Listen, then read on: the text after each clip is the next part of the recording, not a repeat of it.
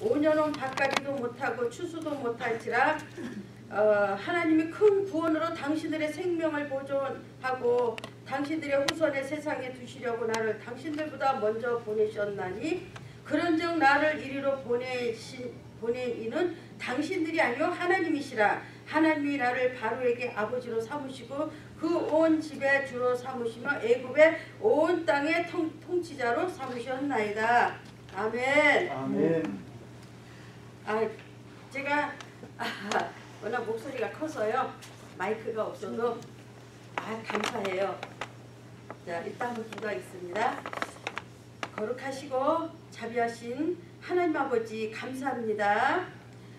저 머나먼 일본 땅에서 또 이렇게 미국에 저희들이 선교 여행을 올 수 있도록 발걸음을 인도하시니 감사합니다.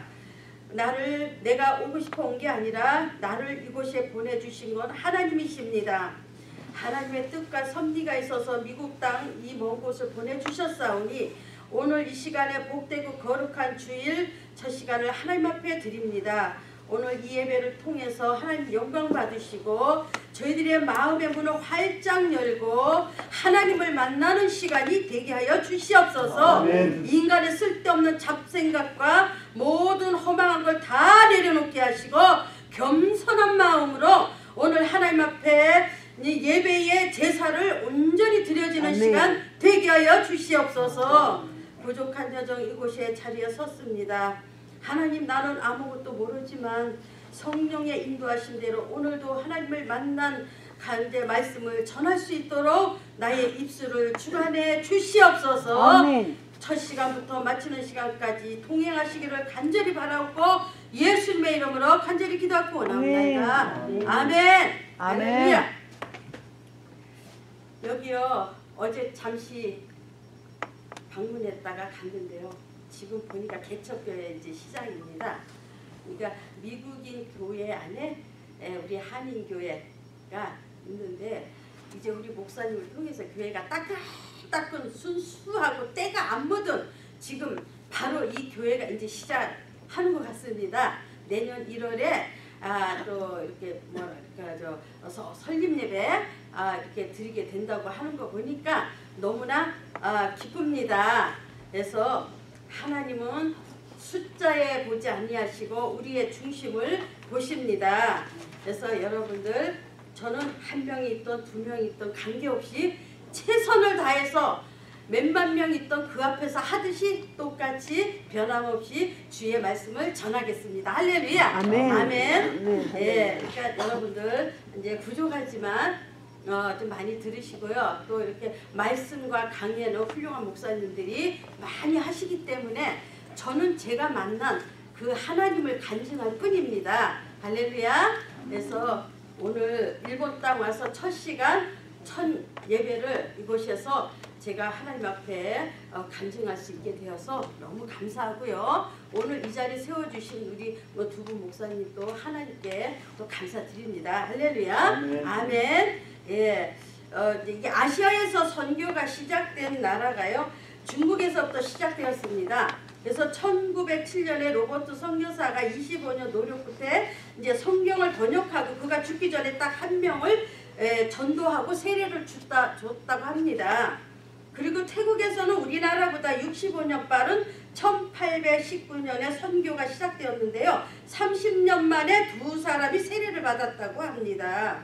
몽골의 선교는 40년간 한 명도 세례를 주지 못했다고 그 역사 자료에 그렇게 써 있습니다. 그러면은 지금은 기독교가 점점 우리가 그 60년대, 70년대, 80년대 그 뜨거웠던 그 정말 갈망했던 그 역사가 점점 자꾸 식어가고 있는 추세입니다. 그래서 우리는 숫자를 바라보지 말고 하나님 그 한 명이 예수를 만나야 합니다.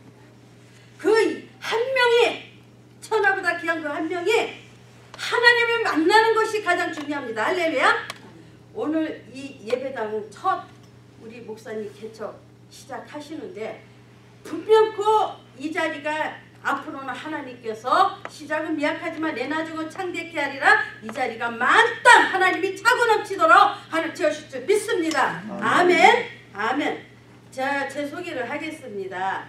저는 일본에서 왔습니다. 여기 야마가다현 동북지역에 있는 야마가다현 모가미 지역에 조그마한 1만 가구가 모여 사는 지역에서 조그마한 교회를 사역하고 있는 이명희 선교사 오바 아기 목사입니다. 일단 저는 6년 전 쓰나미 나고서 제가 이렇게 이걸 홍보용으로 갖고 다니는 빵점짜리 인생이 행복 만점짜리 인생이라는 토를 다룬 그 눈물의 고백 이명희, 아마 빵점짜리라는 이런 간증책은 대한민국에 3개 없을 거예요. 근데 이것을 이제 하나님 은혜로 제가 살아온 삶을 솔직 담백하게 거짓 없이 여기다가 다 제가 성령의 감동을 받아서 그때 하나님이 그냥 지혜를 주신 걸 받아서 써가지고 책 한 권 이게 나오게 됐어요. 그게 쓰나미 나고 나서입니다. 그래서 6년 정도 됐는데요. 이제 부족하지만 저는 지식이 많은 사람도 아니고 많이 배운 사람도 아니고 학벌이 높은 사람도 아닙니다. 그러나 이 빵점짜리는 뭡니까? 하나님을 만나지 못한 자가 빵점짜리입니다.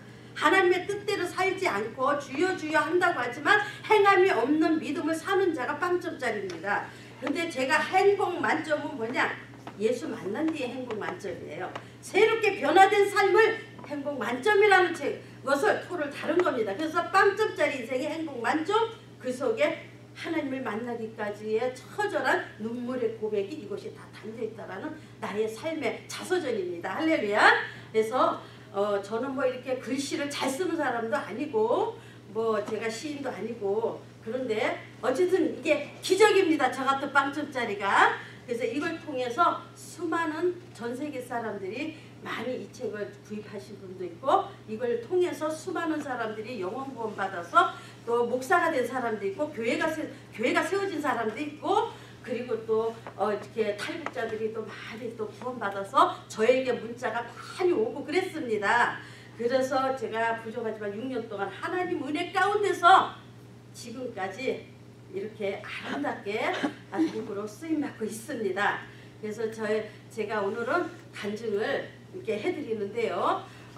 이제 시간을 딱 1시간도 조금 못되게 주셨는데 아무튼 이제 그 짧은 시간에 조금 요약해서 이제 간증 말씀을 드리겠습니다. 그 전에 간증으로만 하겠습니다.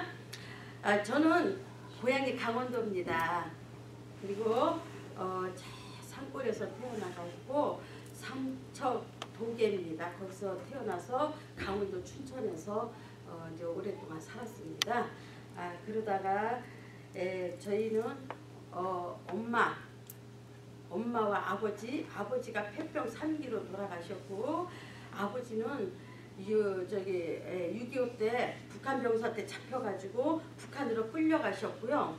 그리고서는 끌려갔다가 다시 넘어오셨거든요. 근데 이제 저희 엄마는 제천경찰서 그 당시에 여경찰로 다 근무했었어요. 저희 엄마가 제천경찰서에서. 그리고 여군으로 이제 지원 입대해갖고 여군 생활까지 하시던 엄마입니다. 근데 저희 엄마가 그렇게 생활하다가 경찰학교 들어가려고 그때 마침 그래도 우리 아버지가 사라지는 바람에 이제 북한에서 이제 잡혀갔기 때문에 아버지를 찾기 위해서 모든 꿈을 다 포기하고 그 후로부터 이제 아버지가 북한 병사 하나 잡아가지고 한국을 넘어오면서 나라에서 훈장을 받게 됐어요.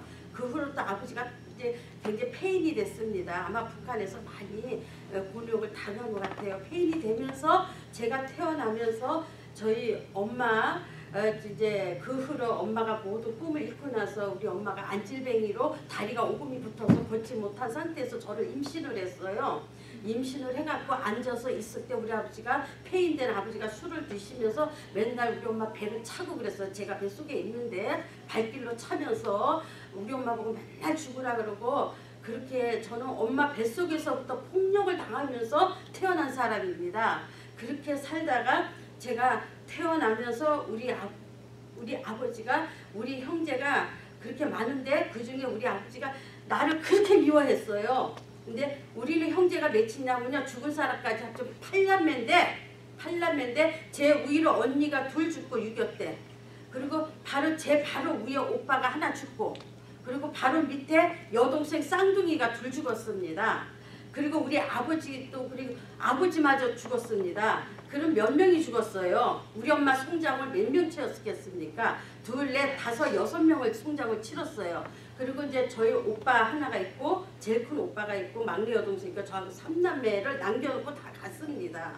그렇게 저희 엄마가 저희를 키웠는데, 아버지가 폐병 3기를 알면서 저를 너무너무 폭력을 휘둘르다 보니까 제가 사춘기 시절에 삐뚤어진 삶을 살게 됐어요. 제 삶이 삐뚤어지기 시작하면서 아버지의 폭력에 견디다 못해서 남의 집에 14살에 제가 신고살이로 이제 집을 나가 뛰쳐나 가출해서 신고살이 전전하면서 그런 세월을 보냈습니다. 그러다가 저희 아버지가 16살 되며 돌아가시면서 저희 엄마가 이제 전도사입니다. 그 전도사로서 시골교회를 개척을 많이 했어요. 그 시골교회 섬기면서 이제 저희 둘을, 이제 막내 여동생과 저를 이제 데리고 이제 키웠습니다. 근데 제가 또 두 번째 삐뚤어진 사연은 뭐냐면은, 첫 번째는 아버지 폭력에 삐뚤어졌지만 두 번째는 우리 엄마 가난한 목회자의 딸이 싫었습니다. 그 삶을 살기가 싫었습니다. 우리 엄마가 개척교회를 하는데요. 그때 이제 그 교회 건물을 이제 졌어요. 졌는데 밑에 바닥에는 쇠면을 못 갈아서 돌을 갖다 놓고 앉혀서 예배를 드리는데, 동네 그 부대들이 많아서 군인들이 꽉 찼습니다. 근데 우리 어머니가 하루는 강대상에서 말씀을 선포하고 있는데, 동네에 안 믿는 시골 청년들이 핍박을 하는데, 한 사람은 돌 들고 오고, 한 사람은 낫 들고 오고, 한 사람은 도끼 들고 오고, 한 사람은 밖에서 물 들고 오고, 이러면서 저희 엄마가 설교하는 그 강대상 위에다가 막 갖다 뿌리는 겁니다. 그러면서 돌 막 던지고 엄마한테, 그러면서 야 이년아, 네가 먹을 게 없어서 남의 동네 와서 해먹냐고 이러면서 저희 엄마를 내쫓으려고, 그러한 엄마가 핍박받던 그 모습들을 보고 자랐어요. 그리고 배가 너무너무 고파갖고 산에 가서 엄마랑 우리 여동생 서희가 산에 올라가서 나무를 해다가 머리에다 이고 내려와서 그거 팔아가지고 끼니를 해가면서 목회를 했던 사람입니다. 그래서 제가 우리 엄마를 그렇게 원망을 했어요. 왜 엄마는 나가서 신문살이 하면 우리 자식들은 충분히 먹여 살리고 얼마든지 좋은데 공부도 가르치고 얼마든지 고생 안 시키는데 왜 굳이 힘든 이 목회를 엄마는 해야 되냐, 자식들 굶겨가면서까지 이런 어려운 목회를 하느냐, 제가 엄마를 그렇게 원망을 했습니다. 근데 우리 엄마는요, 자식을 버릴 망정 그렇다고 버리진 않아요. 버릴 망정 하나님을 버릴 수가 없었어요. 왜?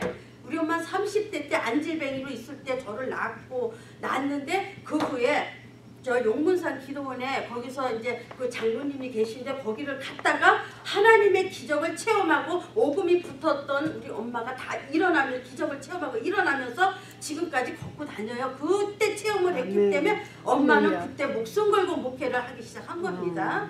감리교 출신입니다. 저도 감리교에서 세례를 받았고요. 그래서 이제 우리 가난하게 목회하는 엄마가 싫어서 또 한번 가출을 합니다.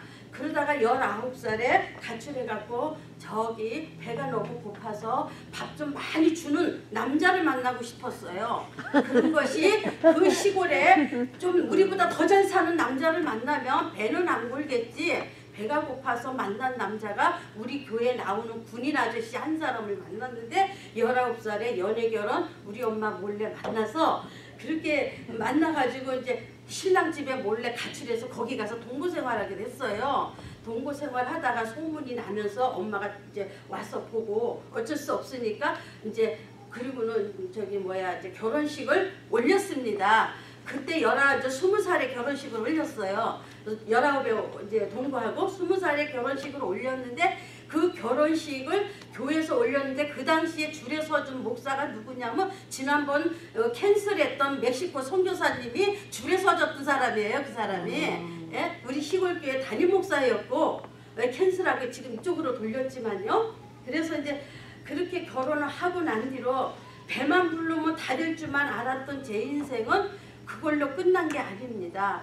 막 여기에 지금 여기가 이제 상처가 엄청 큽니다. 어제도 보셨지만 여기서 결혼하고 막 이게 피고름이 막 썩은 냄새가 막 흐르면서 여기서 이제 피고름 쏟아지지 귀에서 썩은 내가 막 그 귀가 아버지한테 매 맞아서 고막이 터져갖고 귀에서 썩은 피고름이 쏟아지지 사방이 쏟아지지 머리부터 발끝까지 온갖 합병증을 다 앓았습니다. 그러다 보니까 저희 남편이 병든 마누라를 버리고 이제 아기 난 지 이제 2살밖에 안 된 아이를 데리고 도망갔습니다. 그래서 저희 어머니가 친정 엄마가 이제 전도사 생활하면서 저를 데려다가 딸을 키워보겠다고 이제 딸을 살려보겠다고 가서 밤낮으로 3개월을 부르짖고 기도하면서 병원에서 저 못 고친다 그랬어요. 그 어린 나이에 나는 우리 어머니의 눈물의 기도가 없었으면 오늘 이 자리에 있지 않았습니다. 절대 내가 잘나서 여기 온 게 아니에요. 어머니의 중보 기도가 있었기 때문입니다. 그래서 저는 우리 어머니가 밤새도록 3개월 눈물을 뿌리며 기도를 하는데요. 제가 그때 배가 이만했습니다. 나는 둘째 나는 줄 알고요. 이거를 곱게 키웠는데 그게 병이었어 암이었어요. 그래가지고 그걸 병원에서 수술해도 어렵다고 죽는다 그랬는데 우리 엄마가 기도로 다 눈물로 들고 매일 울면서 기도를 하는데 우리 어머니 눈물의 기도가 3개월 만에 갑자기 배가 꺼지면서요. 자궁으로 막 이게 막 쏟아지기 시작하는 거예요. 열흘간을 쏟았어요. 밑에 그걸 막 이렇게 불어든 그 덩어리가 이런 그냥 뭐 수 없는 말도 못한 시커먼 것들이 막 열흘 동안 쏟으면서 배가 꺼지기 시작한 겁니다. 그러면서 그때 있을 때 저희 남편은 이미 아기 데리고 도망간 상태였습니다. 소대변은 어머니가 다 받아냈습니다. 그 후로 제가 이제 저희 남편을 이제 병을 하나님께서 고쳐주셔서 이제 남편을 찾아 서울을 찾아갔는데 이미 다른 여자와 임신을 해서 이미 이혼도 하기 전에 이미 살림을 하고 있었습니다. 우리 아기도 거기가 있고 그래서 이제 그러다 보니 제가 이제 거기서 이제 합의 이혼을 해줬어요. 왜냐하면 그 여자 불쌍하잖아요. 나도 그런데 그렇게 하다 보면 어쩔 수 없이 첫 결혼에 한 번 실패하더니 그 다음부터 이제 계속 살아온 인생이 한 번 실패하더니 2번, 3번, 4번까지 인생을 결혼을 실패했습니다. 혼인신고 지금은 5번으로 찍혀있지만요. 4번 실패했습니다. 근데 제가 다 얘기하려면 시간이 걸리니까 내 4번째만 얘기 한마디만 할게요. 왜 4번째 실패를 했냐? 제가 혼인신고하고 업보를 하나 데려왔습니다. 깐난 애기. 이혼하기 싫어서 아기를 못 낳으니까 그를 데려왔는데 한 달 된 걸 데려와서 정말 멋지게 키워보려 했는데 혼인신고하고 출생신고하고 6개월 만에 남자가 교도소로 이렇게 잡혀 들어갔습니다.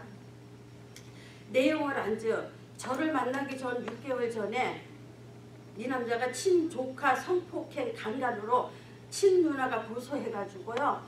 깜방으로 들어갔습니다. 근데 이 남자는 자기는 절대 친조카 성폭행 안 했다고 해서 무죄를 주장하길래 다른 사람은 다 했다는데 나만 안 믿었습니다. 왜? 이 사람 그럴 사람 아니라고 변호하고 변호사 빚을 내서 변호사 선임해서 무죄를 주장하고 계속 그 사람을 위해서 뒷바라지를 했는데 1심, 2심, 3심에서까지도 자기는 안 했다더니 4심에 와갖고 결국은 판사 앞에서 자기가 친조카 성폭행 했다는 바람에 그 후로 내가 이 깐낸 애기 이거 되게 이럴 줄 알았으면 애기를 안 데려갔을 거예요. 애까지 불행했잖아요. 그 후로부터 제가 법원 땅바닥에 앉아서 울고 불고 정말 내 인생이 왜 이럴까. 그 후로 제가 소양강 다리 밑에 다리 위에 신발 벗고 올라가서 진짜 죽고 싶었어요. 왜 그랬냐면은 내 인생이 왜 그렇게 됐냐면요. 제가 딸이 하나 있었어요. 우리 딸이 애기 2살 된 딸이 아빠 따라서 갔다가 걔가 국민학교 3학년 돼갖고 날 찾아왔어요. 엄마. 제가 그때는 전도사 생활할 때입니다. 전도사 생활할 때 찾아왔는데 전도사 생활에 사례비 20만 원이었는데 그 당시에 20만 원 갖고 애를 못 키우는 거예요. 그러다 보니까 이 딸이 하는 얘기가 자기는 유명 배우가 되고 싶대. 모델이 되고 싶대요. 그래가지고요. 최고의 배우를 만들기 위해서 하나님 잠깐만 좀 휴가 주십시오. 내가 이 딸을 훌륭하게 키우고 이것도 하나님이 주신 자식 아닙니까? 이 자식이 하고 싶다는 거 시키고 내 뼈가 부스러져도 나 이 자식을 훌륭하게 키우고 다시 돌아오겠습니다. 사역을 사표를 내고 사역을 내리고 전도사 생활 열심히 매진하다가 결국 세상으로 빠졌는데 안 해본 일 없습니다. 공사판에서 시멘트 지고 5층, 6층, 7층까지 오르락 내리락 미장하는 일도 하고요. 식당 생활, 주방 생활, 식당 10년 했습니다.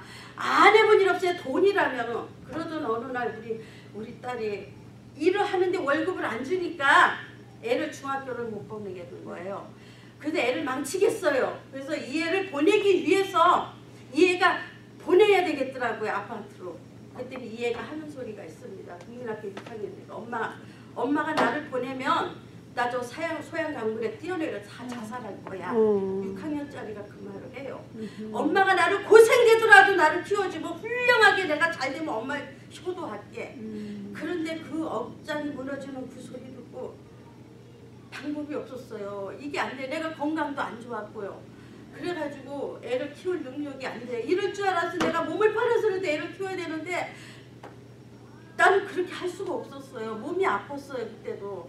그래가지고 이 애를 자살하겠다는 애를 강제로 아파트에 떠맡기고 나서부터 내 인생이 완전히 하나님과의 떨어지는 삶을 살고 하나님과 관계없는 삶을 살게 됐어요. 왜? 돈 때문에 자식을 버렸기 때문에 돈 벌어서 자식을 찾아와야겠다는 생각으로.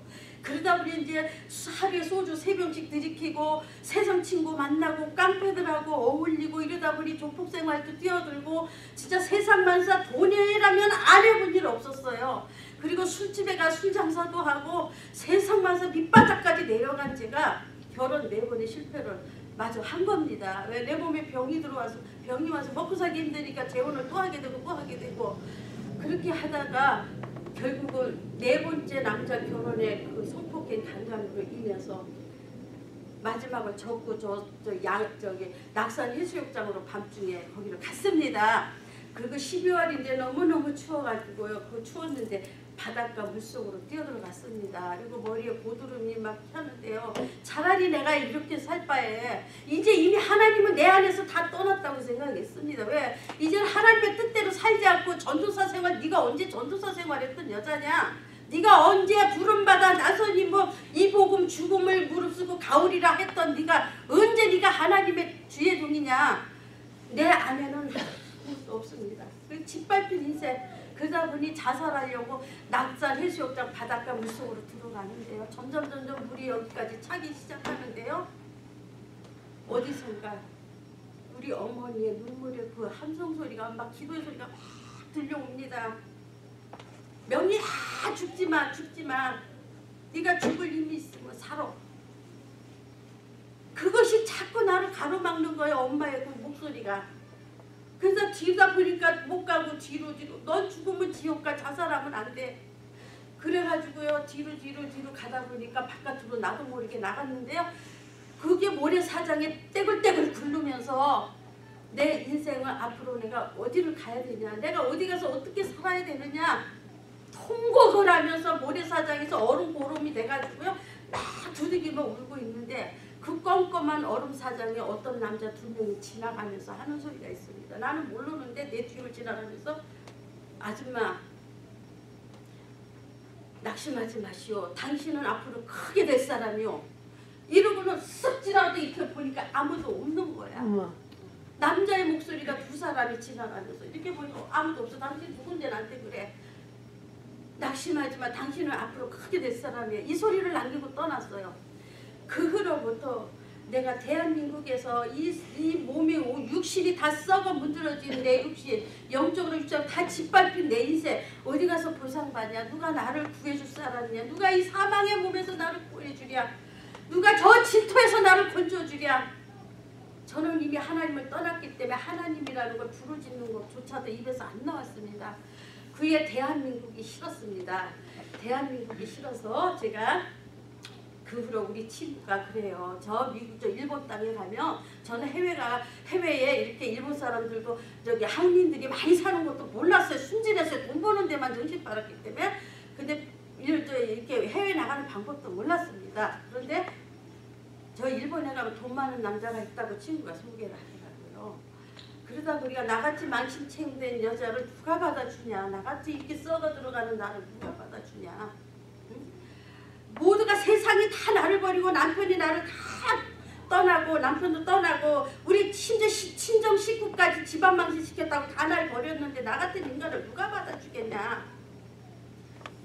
그런데 나가 4번 실패했는데 무슨 또 5번째 또 가냐. 그래도 마지막 한 번만 일본 땅에 가래요. 당신을 기다리는 백마탄 남자가, 너를 구원할 남자가 있을 거라고. 돈이 많다는 말 듣고, 그래 나같이 이렇게 막 엉망진창인 내 인생을 받아줄 구세주가 있다면 내가 정말 내 평생에 꽃길을 걸어서 내가 갈 수 있는 내 인생이, 제2의 인생이 열린다면 내 5번 못하냐 10번을 못하냐 간다. 그때까지도 하나님을 찾지 않았어요. 돌아오지 않았어요. 그러면서 일본 땅을 다 오는데요. 센다이를 지나오는데 센다이 시내는 막 삐까삐까한데 나는 일본 땅에는요 이렇게 막 농사도 안 짓고 그런 거 없는 줄 알았어요. 그냥 시내만 있는 줄 알아서 부자 나라니까. 그러니까 순진했죠.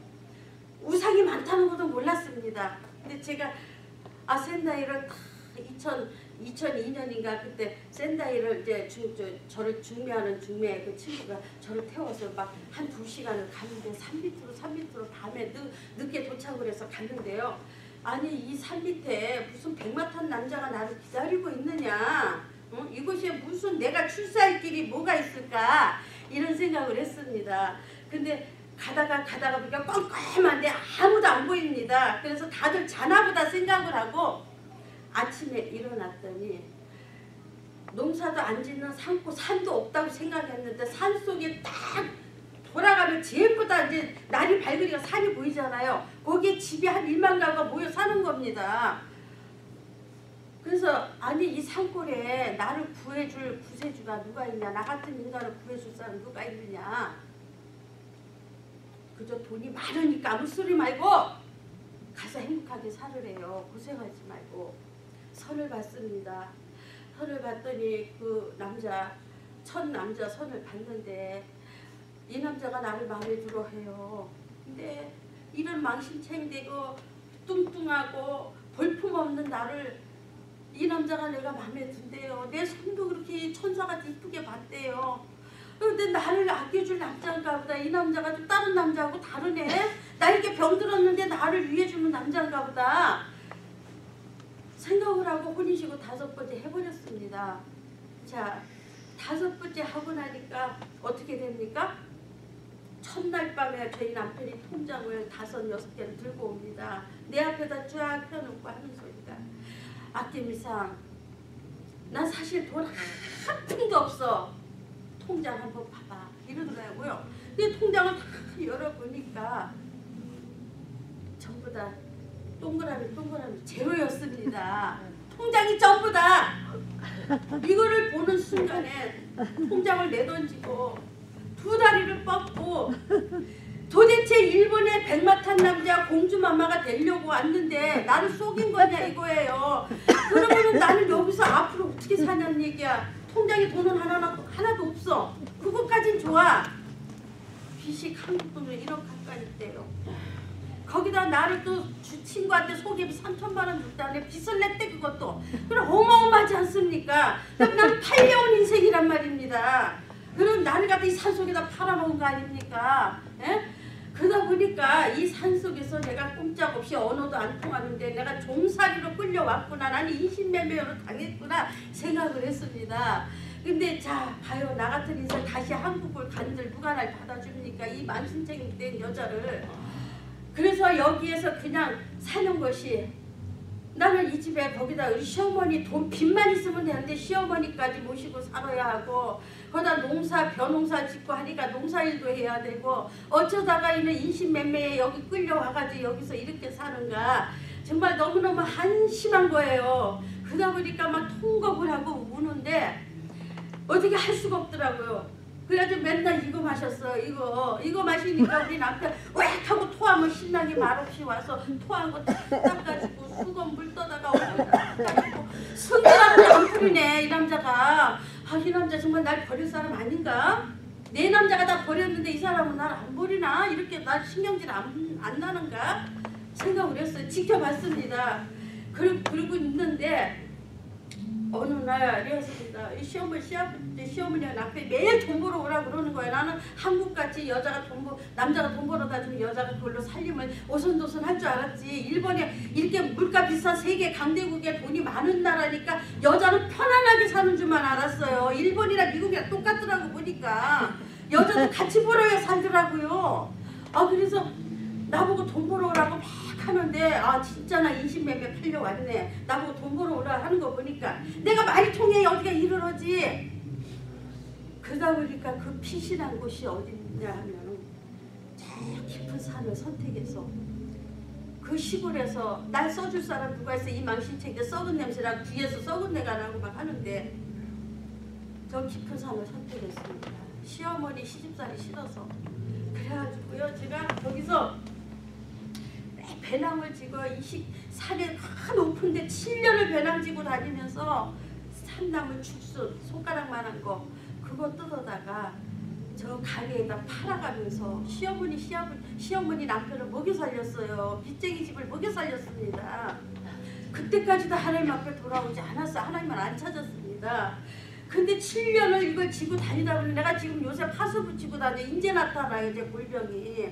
그러니까 하루에 20kg씩 두세 번을 산에 다니면서 이걸 지다가 또 팔고 나물 캐다가 고사리 고비 캐다가 팔아서 그래도 이게 내 운명이다. 일본 사람 먹여 살리니까 한심한 거예요. 새벽에요. 제가 차에 운전을 하고 새벽 2시에 산에 올라가기 위해서 주먹밥 하나 들고 가는데 산속에 지나가다 생각하니까 기가 막힌 거예요. 내가 여기를 지금 울려고 왔냐. 내가 정말 공주마마가 이게 공주마마 얘기가 고생보따리지. 응? 내가 여기서 지금 뭐하고 있는 거야 지금. 차라리 한국 가면 내가 설거지하고 살지. 응? 이게 뭐냐 이거요. 왜 이 산속에서 내가 헤매야 돼. 막 그냥 막 목을 놓고 차에서 막 우는 거예요. 부자 나라가 왜 나를 산에다 보내느냐는 거죠. 그렇게 하다가 제가 산에를 올라갔습니다. 올라가서 제일 높은 데 가야 좋은 그 나무 죽순을 뜯을 수 있습니다. 그것도 산에 혼자 가는 게 아니라네요. 근데 나는 모르고 혼자 올라갔는데 세상에 몰랐어요. 막 거기에 들짐승들이 원숭이 사슴 또 뭐 뱀 또 막 이렇게 곰 막 이런 것들이 많더라고요. 그래서 제가 어머나 나는 곰이 있는 것도 몰랐습니다. 근데 하루는 제가 나물 캐러 딱 갔는데 잔뜩 지고 나오는데 똥을 이만큼 싸는 게 있어. 그러니까 곰이 똥을 이만큼 싸는데 똥이 얼마나 큰지 막 힘이 모락모락한데 금방 싼 거야. 바로 옆에 있는 거예요. 놀라가지고요. 이 나물 보따리 딱 내던지고 사람 살려주고 막 도망을 가다가 걸려서 넘어지고 엎어지고 찢기고 상처나고 제가 그 생활 7년을 했어요. 짐승과 싸우면서 그렇게 이제 하다가 제가 결정적인 거 하나님을 만난 이유가 있습니다. 여러분 이게 중요한 거예요. 내가 과거에 어떻게 살아오고 한 게 중요한 게 아니라 하나님을 만나는 것이 중요한 거예요. 지금 포인트입니다. 이게 복음의 핵심입니다. 내가 과거에 무슨 짓을 했던 사마리아 여인 같은 삶을 살았던 하나님은 그걸 묻는 게 아니에요. 의인은 없나니 하나도 없다 했어요. 그러면 모두가 다 죄인입니다. 먼지 털어서 먼지 안 나는 사람 없습니다. 하나님은 과거를 물으신다면 한 명도 천국 갈 사람 한 명도 없습니다. 저는요 그때 하루는 새벽에 올라갔어요. 산에 올라갔는데 제가 높은 산에서 막 혼자서 열심히 있던데 비가 부슬부슬 내렸어요. 근데 이 죽순 나무가 눈 속에 묻혀 있으면 이렇게 꺾여가지고 미끄러워 이렇게 돼 있어요. 그러면 그 죽순 속에서 그거 하나를 더 캐려고 나물 캐려고 캐다가 20kg를 치고 아침 새벽부터 몇 시간을 헤맸는지 현기증이 왔습니다. 내 몸이 이상이 왔어요. 뒤를 돌아보니까 피바다가 됐어. 산이 그리고만 산이 전부 빨갛게 물이 들은 거 그것도 모르고 하열하는 것도 모르고 피 묻은 죽순을 뜯어가지고 우리 시어머니 신랑 먹여 살려야겠다. 빚 갚아줘야 되겠다. 내가 이 생각을 했어요. 그래가지고 악착같이 그냥 나무를 펴는데 그만 현기 피를 너무 흘려갖고 산에서 현기증으로 그만 별 아래에서 밑에까지 굴러 떨어졌습니다. 떨어지면서 얼굴이 다 찢기고 상하고 그러다 보니 힘이 없습니다. 또 나무 지고 올라가면 또 밑으로 미끄러져서 또 밑으로 또 굴러 떨어져 수없이 그렇게 했습니다. 그러던 어느 날 제가 이제 완전 밑바닥으로 떨어지는데 더 이상 일어날 힘이 없었습니다. 죽순나무를 움켜졌습니다. 어떻게든 죽을 힘을 해서 살아야지 올라가는데 내가 올라가던 도중에 나무를 쥐고는 얼굴을 그 벽에다 딱 대고는 너무 한심스러워서 막 울었습니다. 내가 왜 여기 와서 죽어야 돼? 내가 왜 남의 나라에 와가지고 죽순 캐다가 죽었다는 이런 소리를 들어야 돼? 내가 왜 비참한 소리 듣고 여기서 이 땅에 내가 이 몸을 저 짐승들한테 내줘야 돼? 하다 보니까 막 눈에서 눈물 나고 막 통곡을 하고 막 울고 있습니다. 그 순간에 제가 어떻게 살아보려고 애를 쓴 내 힘은 다 잃어버렸어요. 딱 스쳐가는 게 있었습니다. 그 순간에. 주변에 살려달라가 아무리 소리 질러도 아무도 없습니다. 들짐승들만 득실거리고 새소리들만 들리고. 야, 옛날에 그 하나님, 내가 전도사 생활 열심히 매진할 때 그 많은 사람들한테 대접받고 전도사님 하던 그런 사랑받던 그것들이 내 앞을 싹 잃어버린 하나님이 그 생각이 딱 떠오르는 거예요. 빈딩같이 지나가고 있는 거예요. 지금 네가 왜 이러고 있니? 하나님이 딱 그 순간에 생각이 나면서 하나님! 당신이 정말 살아있다면은 내 모습 보고 계시죠? 당신이 정말 살아있다면 나 여기서 비참하게 죽고 싶지 않아요. 내 정말 살아있다 한 번만 살아있는 모습을 날 좀 보여주세요. 나를 이곳에서 건져서 나를 살려주시면 내가 주님을 위해서 일본을 위해서 어디든 주님 부르시면 가는 전하겠다. 하나님 나 한 번만 날 버리지 않았다면 하나님 날 살려주십시오. 저는 그 순간에 하늘에서 들려오는 소리가 있었어요. 사랑을 따라 물같은 소리, 천둥번개 같은 소리가 들려오면서 나는 너를 버린 적이 없단다. 네가 나를 버렸지 나는 너를 한시도 버린 적이 없단다. 하나님, 당신 어디가 있었어요? 내 그동안 하나님을 버리고 10년 동안 개지랄 다 하고 살았는데 그래도 나 같은 인간, 만신창이 된 인간 그래도 하나님 사랑하나요? 그래도 나 받아주나요? 세상 사람들한테 몇십 천대 받고 다 쫓겨나서 일본 땅 산속에서 내 지금 이러고 사는데 그래도 당신은 날 사랑하나요? 나는 너를 한 번도 잊어버린 적이 없습니다. 일어나라. 내가 앞으로 너를 열방을 설 것이다. 그러시면서 하늘에서 천군 천사에서 찬양의 소리가 온 산을 뒤덮었습니다. 내 영혼의 극히 깊은 데 같이 합시다. 맑은 강이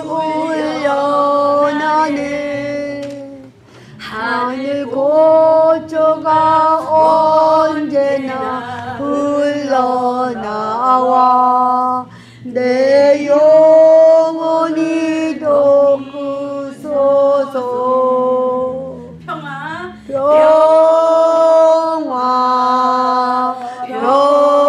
평화로다 하늘 위에서 내려오네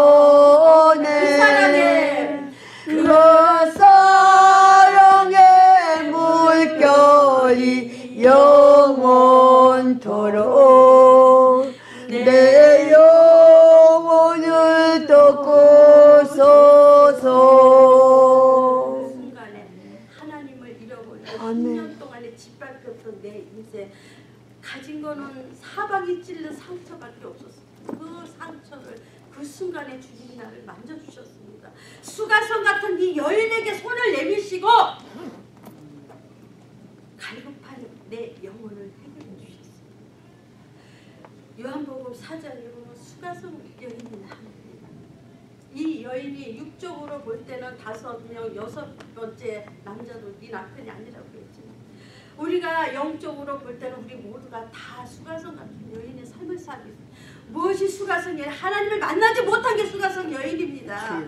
그 우물가에서 기다려주신 예수님, 그분이 수가성의 그 여인의 상처를 만져주시고 그 여인의 메말랐던 심령, 갈급했던 그 심령, 영원한 생수와 생명을 공급해 주셨습니다. 아멘. 영원히 목마르지 않는 예수 그리스도의 생수를 그 여인에게 허락해 주셨습니다. 저는 그분을 만남으로써 내 인생이 그동안 아팠던 모든 상처가 치유되면서 과거에서 벗어나기 시작했습니다. 주님 만나면서 내 인생의 180도가 완전히 뒤바뀌기 시작했습니다. 그때부터의 과거의 삶은 청산하고 이제 새롭게 시작되는 내 인생이 일본 땅에서 나를 이 자리에 오기까지 하셨습니다. 문화는 유익이라고 했습니다. 저는 과거에 살아왔고 나를 짓밟던 남자들이 그 당시에 원망스러웠는데 지금은 그분들을 도구로 사용하신 하나님, 나를 일본 땅까지 보내서 나를 이렇게 영적인 공주로 만들어주신 그 하나님의 계획이 있었기 때문에 일본 땅으로 나를 보내주셨다고 생각합니다. 하나님이 나를 얼마나 사랑하시사 말을 끝까지 안 들으니까 일본 땅을 향해서 어떤 모양을 통해서라도 모가미산 속에다가 처박아 놓고 단련하고 훈련을 시켜서 나를 사람으로 만들어줬습니다. 저는 하나님을 만나고 더욱더 잃어버린 평화를 다시 찾고 그때부터 제가 안방에서 잃었던 개척을 다시 한번 시작하게 됐습니다. 아멘. 여러분, 이 개척을 하면서 안방에서 남편 하나 놓고 전도를 해갖고 남편을 생명 걸고 남편 전도해갖고요. 불교 대대로 집안에 내려온 남편이지만 일본 남편을 전도해가지고 성도 하나 만들어 놓고 개척 시작했습니다. 그리고는 그 안방에서 3년을 집회를 3년을 개척을 했는데요. 4평짜리에서 시작을 했습니다. 목회자들 다 들으시오. 4평짜리에서 시작을 했는데 보세요. 빚은 계속 그 부채들이 자꾸 날라오지요. 그런 와중에도 교회를 했어요. 그런데요, 하나님한테 기도해. 하나님, 나 이 집 말고 성전을 허락해 주세요. 성전을 주세요. 성전을 주세요. 마음 놓고 와서 누구든지 부르짖고 기도할 수 있는 성전을 주십시오. 3년을 부르짖고 그랬어요. 그러던 날 어떤 일본인 목사님을 만나게 돼서 그분이 우리 교회에서 현령 목사 2년간을 도와주시면서 자기의 노후에 요양원에 갈 그 돈을 다 털어갖고 모가미 사랑교회 조립식 건물을 세워주셨습니다.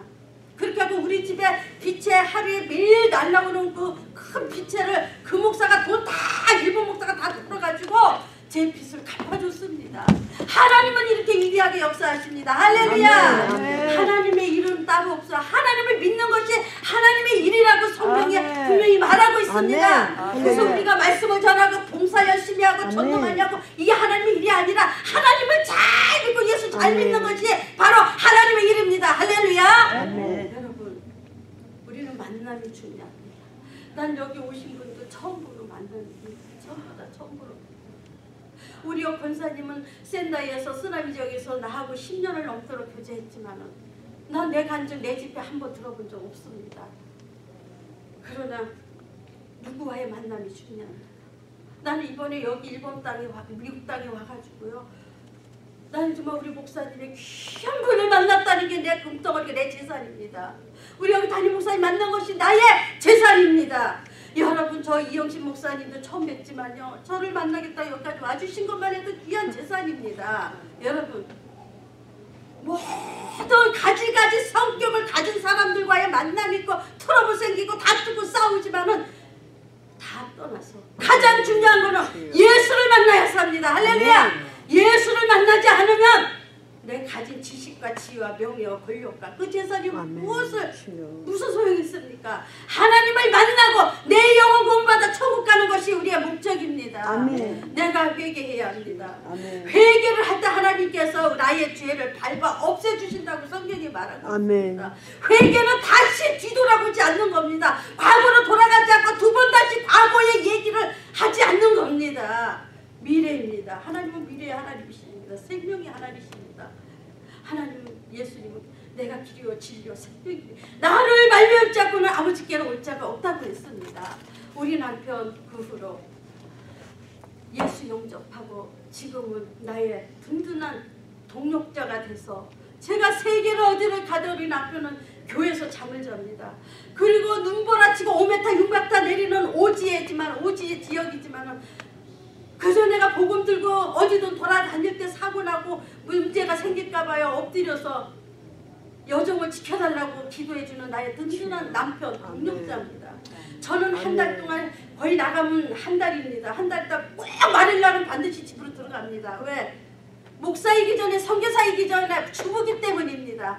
한 아내기 때문입니다. 며느리기 때문에 내 할 도리 다 하고 다시 또 나와서 또 합니다. 우리 가정 시어머니 남편은 지금 나이를 밀어주는 동력자가 되었습니다. 그래서 이렇게 맘 놓고 일본 땅까지 오고 미국에도 오고 이 나라 저 나라로 다닐 수가 있지. 내 가정 팽개치고 하나님만 찾는 사람은 아닙니다. 그런 목사기 때문에 내 가정을 더 지켜야 되고 내 부모 내 남편을 더 지켜야 합니다. 가정에 불화가 생기거나 서로가 갈등이 생기면 설교가 안 됩니다. 내가 내 가정도 못 지키고 내 자신을 못 지키는 게 남한테 잘 되라고 가르치는 건 거짓말 아닙니까? 양심을 속이는 거 아닙니까? 지금은 나는 한심스러운 거는 나도 내 안에 누구를 싫어할 때도 있고 정말 나를 짜증날 때도 있고 남을 미워할 때도 있고 이 사람 없으면 좋겠다는 생각할 때 나도 있어요. 나도 싫은 사람 있어요. 그렇지만 그래도 품으라 그러니 그래도 너를 죽으라고 하니 너가 죽어! 너가 죽어! 네가 죽어야 예수가 살기 때문입니다. 아멘. 아멘. 내가 죽어야 돼요. 왜 나 자존심 없어? 나도 명목사니까 목사 대접받고 싶어요. 나도 선교사니까 선교사 대접받고 싶고 관심 가져주길 원해요. 근데 이건 내 생각이에요. 하나님 그것도 내려놓으래요. 아멘. 주여. 목사한테 함부로 대하는 사람도 어떨 때 싫을 때가 있어요. 그런데 하나님 예수님께서는 야 너 지금 뭐하냐? 너 지금 뭐하는 거야? 내 양심이 나를 자꾸 때립니다. 성령이 날 때려요. 너 그러지 마. 알았어요. 안 그러려면 또 이 마음이 이것이 자꾸 싹이 올라와요. 여러분 또 엎드려서 금식하고 또 기도해요. 여러분 이제 시간이 다는 못하니까요. 중요한 거는 만남의 축복입니다. 아멘. 우리는 예수 그리스도를 만남으로써 인생이 바뀌고 삶이 바뀌고 우리의 행동이 바뀌고 주여 주여 한다고 구원받는 것이 아닙니다. 믿음이 있노라고 행함이 없으면 죽은 믿음이라고 했습니다. 예수 그리스도를 정말로 사랑하고 믿는다면 내 행동이 바뀌어야 내 생각 고정관념을 깨야 합니다. 내 마음의 고집을 꺾어내려야 합니다. 내 자랑을 다 내려놓고 예수 그리스도의 자랑만 외치는 겁니다. 여러분 예수 그리스도를 만나시기를 바랍니다. 아멘. 영생이 되시고 영원히 우리의 생명을 책임지시는 하나님을 만나시고 주의 이름으로 축원합니다. 할렐루야. 아멘. 아멘. 기도합시다. 주여. 누가복음 5장 3절에 의인을 예수님은 의인을 부르러 온 게 아니라 죄를 부르러 회개케 하기 위하여 오셨다고 했습니다. 우리는 건강한 자에게 의원이 쓸데없고 병든 자에게 의원이 쓸데있다고 주님 말씀하셨습니다. 하나님 아버지 이 세상은 의인은 없다니 하나도 없다고 했습니다. 때로는 마귀의 종이 되어서 내가 목사라고 하면서 내가 장로라고 하면서 집사라고 권사라고 하면서도 아직도 죄의 종에 내 자존심을 꺾지 못하고 남에게 지지 않으려고 몸부림치다 보니 서로가 상처를 주고 가시를 찔르듯이 아프게 하고 서로는 때로는 내 인생까지 완전히 나도 망가질 때가 있습니다. 하나님 내 안에 아직까지도 꺾이지 못한 이 고집이 있습니다. 이 하나님 아버지 이 모든 것을 다 죽여주시옵소서. 오로지 내가 죽고 예수 그리스도의 이름만 빛나는 사람이 되게 하여 주시옵소서. 하나님이여 이 시간에 오셔서 마음의 상처와 아픔을 아픔을 겪은 사람들을 품어주시고 나를 만나주신 하나님, 이 중에 한 사람 한 사람의 상처와 아픔을 보이지 않는 곳까지도 골수까지도 하나님이 찾아내셔서 이루하여 주시옵소서. 온전히 하나님을 만남으로써 정신 차리고 주님 오실 날을 대비하고 이제부터 하나님 저희들이 이제는 깨어서 근신하여 나아가 내가 아버지 하나님 남을 구원해놓고 내가 멸망당할까 두렵습니다.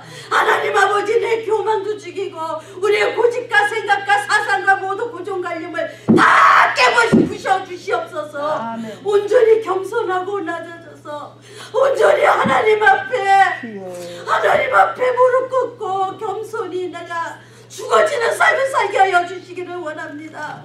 아버지 하나님, 지금 나라와 나라 전쟁이 일어나고 곳곳에 하나님 지진과 지진이 일어나고 있습니다. 하나님 같은 민족끼리도 총을 대고 있습니다. 하나님 아버지여, 저희들에게 온전히 하나님이 주관해 주셔야만은 전쟁을 막을 수가 있습니다.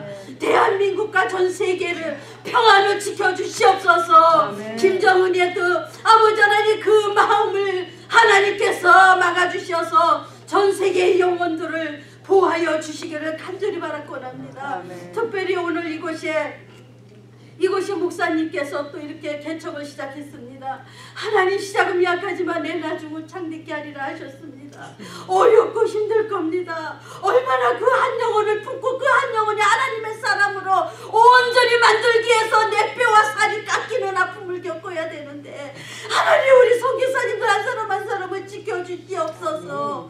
그 마음을 위로해 주시고 남 모르게 스트레스 받아 병이 걸려서 아버지 하나님 고통 중에 있는 사람도 많습니다. 우리 전 세계의 선교사님들은 목숨 걸고 지금 영혼 구원에 나서고 있사오니 하나님께서 우리 선교사님들 지켜주시옵소서.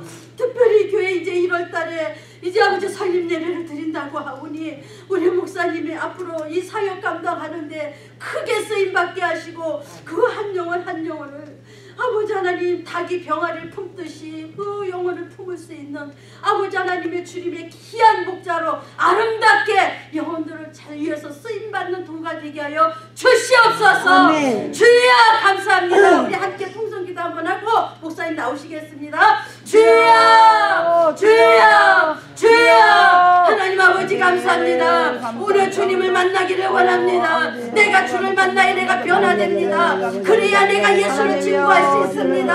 하나님 아버지여, 머리로 지식으로 꽉 찼지만 심령에 부흥이 없는 사람이 많습니다. 심령에 변화가 없는 사람이 많습니다. 아직도 내가 살아있습니다. 하나님 아버지여, 이 시간에 이 미국 땅에도 하나님 지켜주시고 우리 한인교회들을 지켜주시고 선교사님들을 지켜주시옵소서. 이 땅에도 하나님 평화의 복으로 쓰임받는 이 나라 이 민족 되게 하시기를 간절히 바랍니다. 우리 담임 목사님을 축복하시고 앞으로 시도할 고달픈 인생이 있지만 그러나 그것을 주님의 십자가 나를 구원해 주신 그 은혜가 감사하여 이 십자가를 지고 가려고 합니다. 하나님 아버지와 잘 감당할 수 있도록 성령님께서 그때그때 물건 영권 인권으로 필요하고 공급하시고 부족함이 없도록 채워주시옵소서. 성령님 함께 하시기를 간절히 바라고 원하옵나이다. 하나님 감사합니다. 예수님, 예수님. 아멘, 아멘, 아멘.